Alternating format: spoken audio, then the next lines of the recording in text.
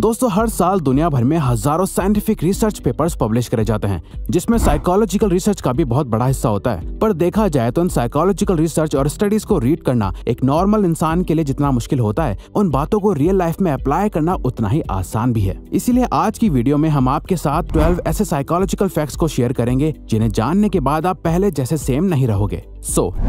Number 1, music changes perception. हम सभी ये जानते हैं कि म्यूजिक हमारे मूड को चेंज करने का पावर रखता है। एक हाईली एनर्जेटिक सॉन्ग सुनकर आप मोटिवेटेड फील करोगे और वहीं एक सैड सॉन्ग आपको सैड और डिप्रेस्ड फील करा सकता है। आप किस टाइप का म्यूजिक सुनना पसंद करते हो, ये एक्चुअली में अफेक्ट करता है कि आप इस दुनिया को किस नजर से देखते हो। 2011 की एक स्टडी में लोगों को एक टास्क दिया गया जहाँ उन्हें डिफरेंट म्यूजिक सुनते हुए एक पेपर पर हैप्पी और सैड फेसेस को टिक करना था। रिजल्ट ये देखा गया कि सैड म्यूजिक सुनते हुए ज्यादातर लोग सैड फेसेस को टिक कर रहे थे, वहीं हैप्पी म्यूजिक सुनते टाइम लोग हैप्पी फेसेस को चूज कर रहे थे, जिसे परसेप्चुअल एक्सपेक्टेशन का नाम दिया गया। जहां आप अपने कानों से कुछ सुनते हो तो आपका ब्रेन आपकी आंखों से सिमिलर चीजें देखने लगता है। इसीलिए एनर्जेटिक म्यूजिक वर्कआउट करते टाइम बहुत हेल्प करता है और सॉफ्ट म्यूजिक आपको फोकस करने में हेल्प करता है।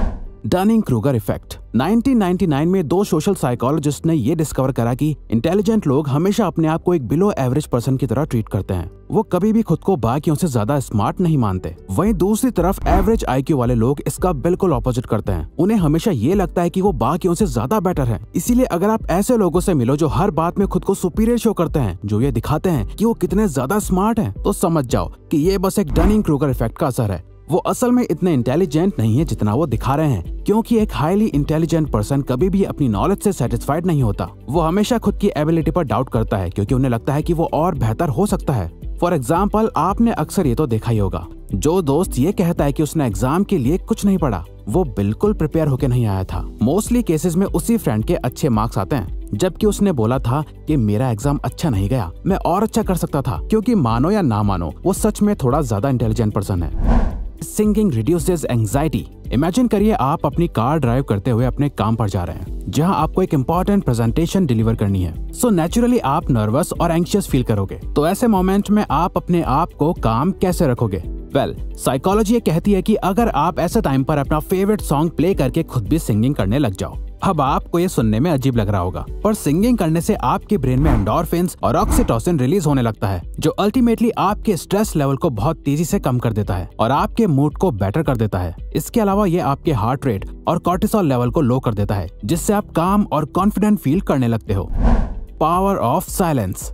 अगर आप चाहते हैं कि कॉन्वर्सेशंस आगे बढ़ती रहें पर आपको समझ नहीं आ रहा कि क्या बात करें, तो इसका सबसे सिंपल तरीका है अपने पार्टनर से कोई भी एक क्वेश्चन पूछ लो और जब वो आंसर दे दे, उसके बाद भी आई कांटेक्ट मेंटेन रखो और आपका पार्टनर साइलेंस को अवॉइड करने के लिए कुछ ना कुछ बात करने लगेगा। स्टडीज में देखा गया है, जब कोई पर्सन आपके सामने ओपन होने में स्ट्रगल करता है या अपनी फीलिंग्स को हाइड करता है, इस टाइम पर इंफॉर्मेशन निकलवाने के लिए बस एक क्वेश्चन पूछो और कुछ देर साइलेंट हो जाओ, क्योंकि किसी भी कॉन्वर्सेशन के बीच साइलेंस अच्छा नहीं लगता, जिसे अवॉइड करने के लिए वो इंफॉर्मेशन शेयर करने लगता है या आपसे क्रॉस क्वेश्चन पूछने लगता है, जो अल्टीमेटली कॉन्वर्सेशन को मेंटेन रखता है। Playing dumb. अगर आप किसी के सामने अपना गुड इंप्रेशन बनाना चाहते हो, तो किसी ऐसे टॉपिक के बारे में बात करो जो उन्हें बहुत पसंद है और उसके बारे में उनसे सीखो। फॉर एग्जाम्पल, आप किसी से मिले जिसे कार्स में बहुत इंटरेस्ट है। अब हो सकता है कि आपको भी कार्स के बारे में बहुत नॉलेज हो, पर उनके सामने ऐसे प्रिटेंड करो जैसे आपको उनसे कम नॉलेज है और उनसे क्वेश्चंस पूछो जो सामने वाले पर्सन को कॉन्फिडेंट और स्मार्ट फील कराएगा और वो आपसे बात करने में और इंटरेस्ट शो करेंगे, क्योंकि वो जिस बारे में बात करना चाहते हैं आप उसमें अपना इंटरेस्ट शो करते हो, जो आपको एक लाइकेबल पर्सन बनाता है। और वैसे भी दलाई लामा का कहना है कि जब आप बात करते हैं तो आप केवल वही दोहरा रहे होते हैं जो आप पहले से जानते हैं, लेकिन अगर आप सुनते हैं तो आप कुछ नया सीख सकते हैं। The snake man. अगर आप किसी ग्रुप में हैं या किसी एक पर्सन के साथ भी हैं जहां आप डिनर या लंच पर मिलने आए हो और आपको लगता है कि कोई कॉन्फ्लिक्ट क्रिएट होने वाला है, आपकी कॉन्वर्सेशन जैसे जा रही है, आप लोगों की लड़ाई हो सकती है, तो इस सिचुएशन को अवॉइड करने के लिए अपने सामने रखा खाना खाने लग जाओ, क्योंकि अकॉर्डिंग टू साइकोलॉजिस्ट्स ईटिंग एक कामिंग एक्टिविटी है। जब लोग कुछ खा रहे होते हैं तो बाकी लोग उस एनवायरनमेंट में कंफर्टेबल फील करते हैं। तो जब भी आपको लगे कि कोई बहुत ही अग्रेसिव हो रहा है या आप लोगों की बहस होने वाली है, तो उस पर्सन के पास जाके बैठ जाओ और उन्हें कुछ खाने को ऑफर करो। ऐसे टाइम पर एक सिंपल चॉकलेट भी आपकी रिलेशनशिप को बहुत हेल्प कर सकती है। Forming a habit. आपने कभी ये सोचा है कि एक हैबिट को फॉर्म करने में कितना टाइम लगता है? पहले ये माना जाता था कि किसी भी हैबिट को फॉर्म या ब्रेक करने में सिर्फ 21 डेज का टाइम लगता है, पर एक न्यू साइकोलॉजिकल रिसर्च के अकॉर्डिंग किसी भी हैबिट को बिल्ड करने के लिए अराउंड 66 डेज लगते हैं। इसीलिए जो लोग ये सोचकर कोई भी न्यू हैबिट बिल्ड करना स्टार्ट करते हैं कि 21 डेज के बाद उन्हें आदत पड़ जाएगी, और जब वो 22nd डे पर फेल हो जाते हैं तो उन्हें बहुत डिसअपॉइंटमेंट होती है और वो क्विट कर देते हैं। रिसर्च के अकॉर्डिंग अगर आप 66 डेज को 3 फेजेस में बांट दें, जहां शुरू के 22 दिन आपको बहुत अनकंफर्टेबल फील होंगे, नेक्स्ट 22 दिन आपसे बिल्कुल हैंडल नहीं होंगे, आप ऑलमोस्ट क्विट कर देंगे, और लास्ट 22 डेज के बाद आप एक मोमेंटम बिल्ड कर लेंगे, जिसके बाद वो हैबिट आपके माइंड और बॉडी से कनेक्ट हो जाएगी, आपकी रूटीन में आ जाएगी और आप सक्सेसफुली हैबिट बिल्ड कर लेंगे।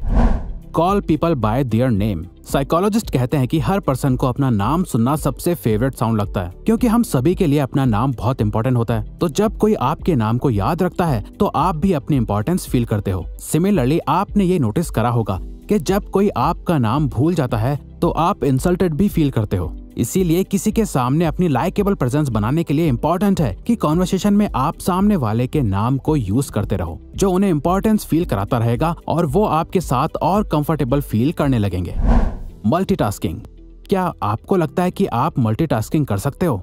न्यूरोसाइंस के अकॉर्डिंग हमारा ब्रेन एक टाइम पर सिर्फ एक ही चीज पर फोकस कर सकता है। कई बार जब आप 2 काम एक साथ कर रहे होते हो तो आपको ऐसा लगता होगा कि आप मल्टीटास्किंग कर रहे हो, पर रियल में आपका ब्रेन बहुत ही तेजी से उन दोनों कामों के बीच अपना फोकस शिफ्ट कर रहा होता है। हम चलते चलते एक दूसरे से बात करते हैं, क्योंकि ये बिहेवियर्स ऑटोमेटिक और ऑटो पायलट मोड से होते हैं। वहीं ऐसे टास्क जिनमें बहुत फोकस करने की नीड होती है, वहाँ वो साइमल्टेनियसली काम नहीं कर सकता। फॉर एग्जाम्पल बुक रीड करते हुए टीवी देखना। अब यहाँ पे आपको लगेगा कि आप दोनों काम एक साथ कर रहे हो, पर रियल में एक टाइम पर आपका फोकस या तो रीडिंग करने पर है या टीवी देखने पर।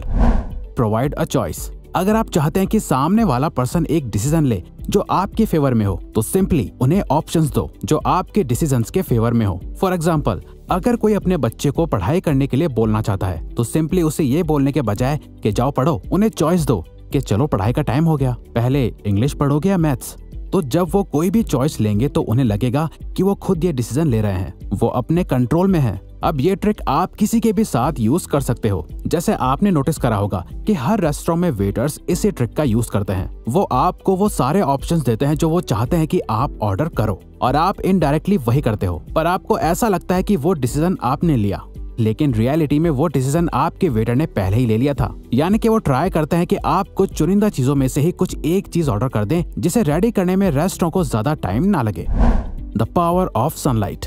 दोस्तों, आपने भी नोटिस करा होगा कि पूरा दिन अपने घर या ऑफिस में बिताने के बाद जब आप बाहर निकलते हैं तो इंस्टेंटली आपका मूड बेटर हो जाता है, क्योंकि सनलाइट के बेनिफिट्स सिर्फ मेडिकल फील्ड्स में नहीं है जो सिर्फ आपकी बोन्स के लिए बेटर है, बल्कि कई रिसर्च में देखा गया है कि सनलाइट कई मूड डिसऑर्डर्स जैसे डिप्रेशन को भी प्रिवेंट करता है। सनलाइट से मिलने वाला विटामिन डी मूड स्टेबलाइजर की तरह एक्ट करता है और हमारे ब्रेन में प्लेजरेबल हार्मोन्स को रिलीज करता है। और ये देखा गया है कि जिन कंट्रीज में सनलाइट की रीच कम होती है, वहाँ के लोगों में डिप्रेशन के ज्यादा सिम्टम्स देखे जाते हैं। तो आपको बस दिन में 10 मिनट डायरेक्ट सनलाइट लेनी है, जो लिटरली आपकी लाइफ को चेंज कर देगा, और ये मॉर्निंग सनलाइट होगी तो और भी अच्छा।